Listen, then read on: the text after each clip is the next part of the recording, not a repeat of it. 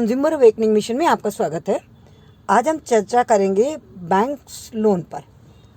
Bank में loan लेते समय आपको बहुत सारे डॉक्यूमेंट्स देने होते हैं। आपकी रेट ऑफ इंटरेस्ट तय होता है और फिर आपकी ईएमआई तय होती है और उस ईएमआई के अकॉर्डिंगली जैसा शेड्यूल होता है उसमें आपको रीपेमेंट करना होता है। किंतु कभी कभी आपके पास कहीं से पैसा आ जाता है या आप एक साथ अपने सारे लोन अमाउंट को वापस करना चाहते हैं, तो अमूमन शिकायत ये होती है कि बैंक आपसे फोरक्लोजर चार्जेस मांगता है। Hello everyone, I am doctor Premlata, retired जज फ्रॉम कंज्यूमर कोर्ट। मेरा मिशन है आप सब लोगों को कंज्यूमर प्रोटेक्शन एक्ट के बारे में पूरी और सही जानकारी देना। कंज्यूमर कोर्ट्स कैसे काम करते हैं, किस किस तरह के केसेस कंज्यूमर कोर्ट सुन सकता है, आपको कंज्यूमर कोर्ट से क्या राहत मिल सकती है और खरीदारी करते समय आपको किन किन बातों का ध्यान रखना चाहिए। हमारे इस वीडियो में दी गई जानकारी के अलावा भी आपको कोई जानकारी चाहिए तो आप YouTube के कमेंट बॉक्स में अपने कमेंट्स और अपने प्रश्न लिख सकते हैं। हम हर रविवार को एवरी संडे लाइव चैट में आपके प्रश्न सुनते हैं और उनके डायरेक्ट जवाब देते हैं। हमारे इस चैनल को सब्सक्राइब कर लीजिए, आइकॉन बटन को प्रेस अवश्य करिए ताकि हमारे फ्यूचर अपलोड्स आपको ऑटोमेटिकली मिलते रहें और हम आपसे जुड़े रहें। Thank you very much. Foreclosure charges माने आप यदि नियत समय से पहले अपना सारा लोन एक साथ पे कर देते हैं तो उसके ऊपर भी बैंक आपसे चार्जेस लेता है। एक केस हम डिस्कस करने वाले हैं अभी आपके साथ, जिसमें कोर्ट ने आरबीआई के सर्कुलर्स और गाइडलाइंस की भी चर्चा की है। होता क्या है कि आरबीआई ने कई सर्कुलर्स निकाले जिसमें उन्होंने अपने ही बिजनेस को बढ़ाने के लिए और कंज्यूमर्स की सेटिस्फैक्शन के लिए और बैंक के लोन्स से संबंधित यूनिफॉर्म सिस्टम डेवलप करने के लिए ऐसे सर्कुलर निकाले जिसके अनुसार बैंक को फोरक्लोजर चार्जेस नहीं लेने होते हैं। अगर आपकी शर्तों में कोई ऐसी क्लॉज है जिसके अनुसार आप लोन पर फोरक्लोजर चार्जेस ले सकते हैं तो वो भी आपको कस्टमर को बताने ज़रूरी होते हैं। जबकि होता ये क्या है कि अप्रूवल और सैंक्शन जब होती है तो उसी में टर्म्स कंडीशंस कभी कभी लिखी होती हैं जो कंज्यूमर को पता नहीं होती। तो ऐसी स्थिति में कंज्यूमर बाध्य नहीं होता उन शर्तों को मानने के लिए। अमूमन अप्रूवल होता है तो वो इंटरनल डॉक्यूमेंट की तरह रख लेते हैं, कभी सैंक्शन लेटर नहीं देते। अप्रूवल की शर्तों को कस्टमर को नहीं बताया जाता, ये भी एक कारण होता है कस्टमर के अनसेटिस्फाइड रह जाने का। फिर और एक तर्क दिया जाता है कि आपका लोन फला कैटेगरी में आएगा, इस कैटेगरी के लोन पर तो लगेगा फोरक्लोजर चार्जेस, और जो पर्टिकुलर सर्कुलर की बात आप कर रहे हैं वो फला टाइप के लोन के ऊपर होगा। और फिर आप कमर्शियल नेचर में आते हैं, आपका लोन इस कैटेगरी में आएगा। इस तरह के बहुत सारे आर्गुमेंट देकर बैंक्स फोरक्लोजर चार्जेस ले रहे हैं। आज हम चर्चा करेंगे एक ऐसे केस की जिसमें कोर्ट ने क्लियरली डायरेक्शन दी है बैंक को कि जितना भी फोरक्लोजर चार्जेस आपने लिए हैं, प्री पेमेंट पर जो आपने पेनल्टी लगाई है और जो आपने जीएसटी लिए हैं, सारा का सारा कंज्यूमर को रिटर्न किया जाए।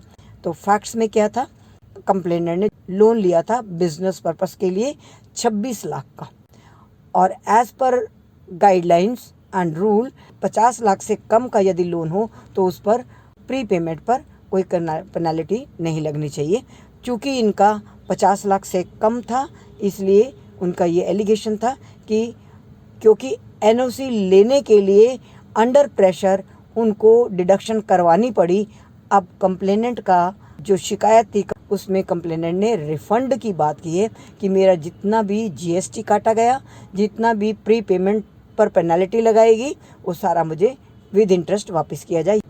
कंप्लेनेंट की ये भी शिकायत थी कि उनको कभी भी बताया नहीं गया कि अप्रूवल जो हुआ तो अप्रूवल के बीच में ये कोई शर्त थी कि उससे फोरक्लोजर चार्जेस लिए जाएंगे।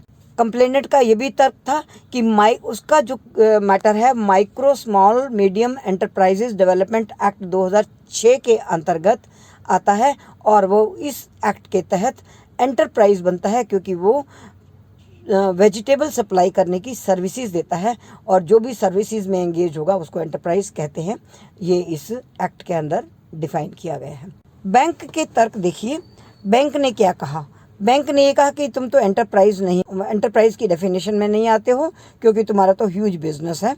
दूसरा तर्क बैंक का था कि अप्रूवल के समय पर सैंक्शन की टर्म्स कंडीशंस में ये क्लियर लिखा था कि आप पर फोरक्लोजर चार्जेस लगेंगे। और अंत में ये भी कहा कि आपका कमर्शियल पर्पस के लिए आपने लोन लिया था, इसलिए आप इस बेनिफिट को नहीं ले सकते हैं, आप इस बेनिफिट के लिए एंटाइटल्ड नहीं हैं।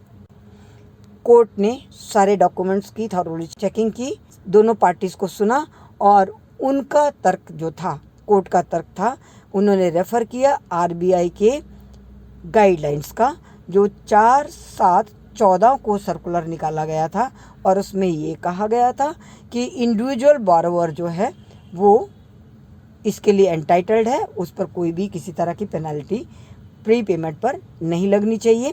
फिर आगे इस बात पर भी चर्चा हुई कि क्योंकि इस कंप्लेनेंट का प्रोप्राइटर टर्म थी, तो क्या प्रोप्राइटर फर्म इंडिविजुअल बायर हो सकता है। तो इसके लिए कलकत्ता हाई कोर्ट का एक जजमेंट है, Devendra Surana versus bank of Baroda, उसका रेफरेंस भी कोर्ट ने लिया कि इस जजमेंट में ही कोर्ट ने ये माना है कि जो प्रोप्राइटर फर्म होगी वो लीगल एंटिटी होगी, और लीगल एंटिटी एक पर्सन की तरह से माना जाएगा, इसलिए उसको इंडिविजुअल बोरोवर माना जाएगा। और इस केस में इंडिविजुअल बोरोवर मानते हुए कंप्लेनेंट को वो सारे बेनिफिट्स मिलेंगे, जिसमें प्री पेमेंट पर चार्जेस नहीं लगेंगे। और अंत में कमर्शियल पर्पस पर भी कोर्ट का ये मानना था कि बैंक दो तरह से लोन देते हैं, हाउसिंग लोन और बिजनेस लोन, और दोनों तरह के लोन्स के लिए ही वो सर्कुलर है। उस सर्कुलर में पर्टिकुलरली कहीं नहीं कहा गया कि बिजनेस लोन या कमर्शियल कैटेगरी के लोन के ऊपर ये बेनिफिट नहीं मिलेगा, या ये पर्टिकुलर सर्कुलर उस पर लागू नहीं होगा। ये पर्टिकुलर सर्कुलर जिसमें ये कहा गया है कि इसके लोन्स के रिगार्डिंग यूनिफॉर्मिटी मेंटेन करने के लिए और कस्टमर्स को प्रोटेक्शन देने के लिए बैंक फोरक्लोजर चार्जेस नहीं लेंगे। इसलिए ये सर्कुलर जिसकी बात कोर्ट ने की है 4/7/14 का, ये सर्कुलर इन पर भी एप्लीकेबल होता है। और अंततः कोर्ट ने डायरेक्शन दी कि जितना भी पैसा जीएसटी के तहत और पेनल्टी के तहत काटा गया है एनओसी देने से पहले, सारा का सारा रिफंड किया जाए, और 5,000 कॉस्ट ऑफ लिटिगेशन भी दी जाए। Thank you very much. फिर मिलेंगे किसी नए इशू के साथ। थैंक्स।